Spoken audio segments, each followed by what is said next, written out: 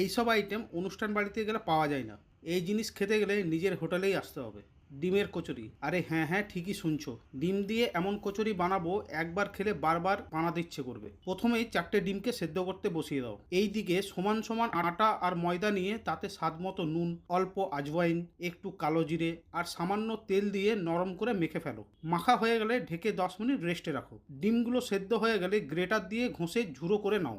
এবার একটা ফ্রাইং প্যানে সামান্য তেল গরম করে তাতে কুচি করে কাটা পেঁয়াজ আর লঙ্কা দিয়ে ভালো করে নরম হওয়া পর্যন্ত ভেজে নাও। স্বাদ মতো নুন, সামান্য হলুদ আর চাইলে 1 চিমটে ভাজা জিরের গুঁড়ো দিয়ে দাও।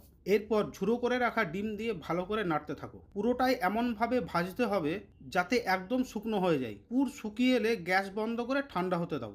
এবার মাখা ডো থেকে লেচি কেটে ছোট পুরি বেলে নাও। মাঝখানে ডিমের পুর ভরে মুখটা ভালো করে বন্ধ করে আলতো হাতে চেপে নাও। তারপর গরম তেলে ছেড়ে দাও।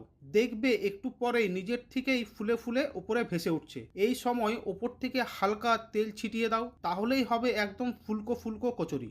ব্যাস তৈরি আমাদের গরম গরম ডিমের কচুরি। আলুর তরকারি, ছোলার ডাল কিংবা শুধু চায়ের সাথেই খেয়ে ফেলতে পারো। বাইরে মুচমুচে, ভেতরে ডিমের পুরোপুর এমন কচুরি একবার খেলে সাধারণ কচুরি আর ভালো লাগবে না। ভিডিও ভালো লাগলে একটা শেয়ার চাই। আর তোমরা ডিমের কচুরি দিয়ে কি খেতে পছন্দ করো সেটা কমেন্টে জানাতে ভুলবে না কিন্তু।